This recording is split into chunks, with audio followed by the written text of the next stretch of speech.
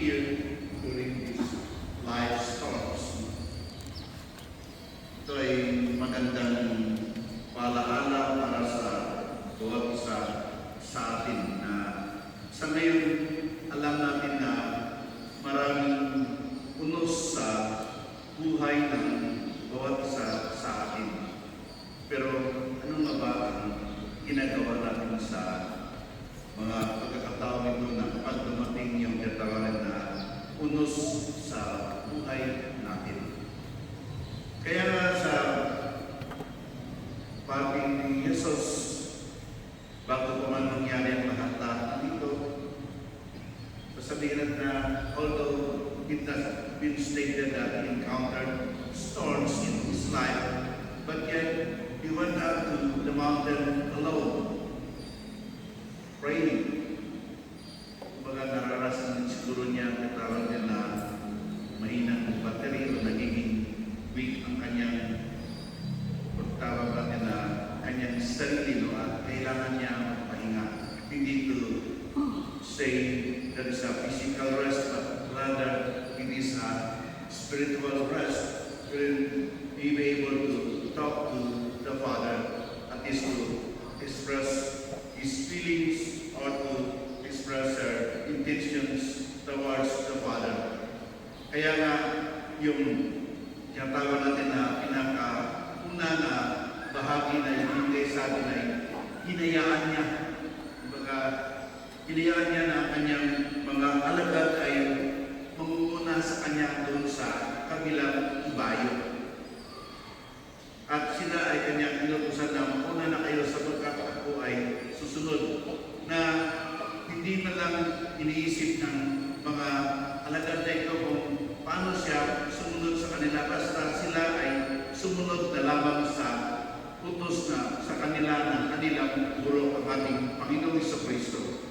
Kaya nga habang sila ay pumapalaot, again, it was stated, it's about few hundred meters away from the shore, na kung saan, pero isipin mo natin na sa ganitong tagpo, bihira mangyari ang ganitong uri ng tagpo na ibigay sa atin. Sapagkat yung unos na sa Lake Galilee ay bihira mangyari sa tinatawag na madaling araw. Hindi kalimitan ito nangyayari sa hapon. At it's either 2 o'clock until mga 5 o'clock bago bumaba muli ang tubig. Pero dito nangyari ito between sa tinatawag natin na ang video magdamag-damag na kung saan maaari na maaninag po ang isang tao na dumadating na kung saan pinapayag sa atin na nakita nila sa Jesus na pumaparunong sa kanila, na sumusunod sa kanila, at ang unang naibulatas nila sa kanilang mga sarili ay isang multo. It is a ghost. Kapag yan ang nakikita nila, pero yung tinatawag na it is not the ghost really that is in there, but it is the fear, yung takot para sa kanila na kung saan, bakit kaya naroon ang Panginoong Isus? No? Bakit kaya naroon siya na ang alam natin na siya ay naroon, iniwan natin na nanalangin, bakit siya ngayon ay sumunod sa atin? Kaya yung normal na reaksyon, si Pedro, naglalakas doon, no? Hindi lang naglalakas doon, kundi alam natin na he is considered as the leader of the group. No? He is the one who said, no? If it is really you, then bigyan mo ng pagkakataon na makalapit sa area yan. Yung maganda na halimbawa para sa atin, sapagkat nawala sa kanya yung takot, hindi siya naglalakas doon dahil kailangan siguro meron din siyang takot, pero nabawasan sapagkat nakikita niya na kung talagang ito nga, no? Then I can do what he has done or what he is doing. No? Kaya ganoon na lamang ang lakas ng loob ni Simon Pedro na lumapit sa ating Panginoong Jesucristo. At nang siya ay naglalakad sa tubig, bigla siya nagkaroon ng takot sapagkat alam natin na ang karagatan ay meron katawag na natawag din na katrayuran. Na makita natin na yung dagat, totoo ng malinaw, pero totoo nga may mga alon na malalaki, pero but deep inside, sa kanaliman nun ay meron pa rin siyang tinatago. At ito yung natawag na natatago ron na kung saan si Pedro ay natakot.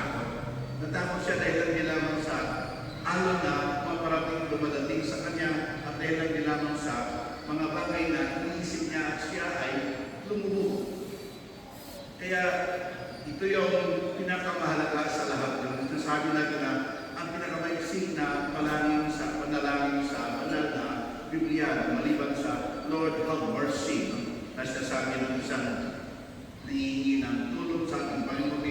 Ito ang tawag na isa sa mamaiksi na panalangin na naipulalas ni Pedro.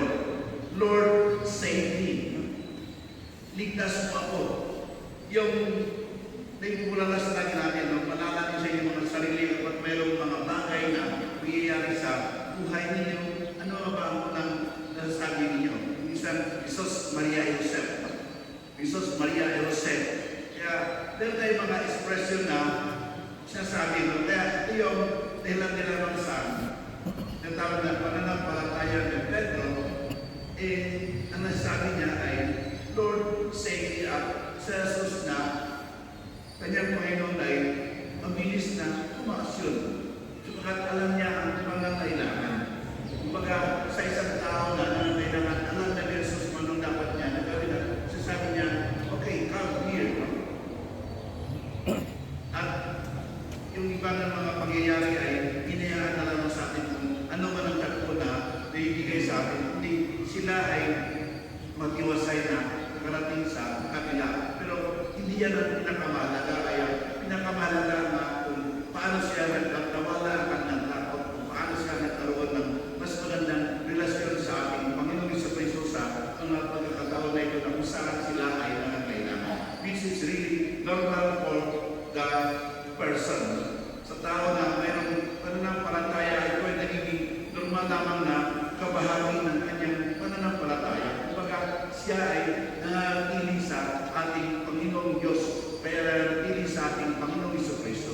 Mayroong ibang tao na pagkamating ang kanyang buhay, iniiwan niya ang ating Panginoon. Pero sa tao na mayroong pananampalataya, maski gano'ng galit ang kanyang pananampalataya, siya ay nananatili pa rin sa ating Panginoong Jesucristo. Kaya, bali na sa ngayon, kung saan natin ilalagay ang ating sarili.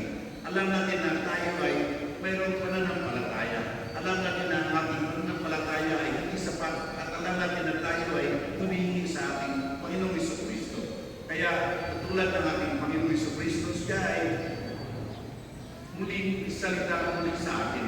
Alam niya kung ano ang ating pangailangan. Ang hinihintay lamang niya ay kung kailan ka hihingi ng pangailangan sa ating Panginoon Diyos. Kung minsan, hindi ko pa hinihingi ito ay pinagkaloob na niya sa iyo. Sapagat alam niya na sa ganitong pagkakataon, higit na kailangan mo ang kanyang tulong. Kaya siguro ngayon mga minamahal at mga kapatid, sa Jesus ay muling nagsalita sa atin. Alisin ang takot at sasabihin niya sa atin, come here, don't worry.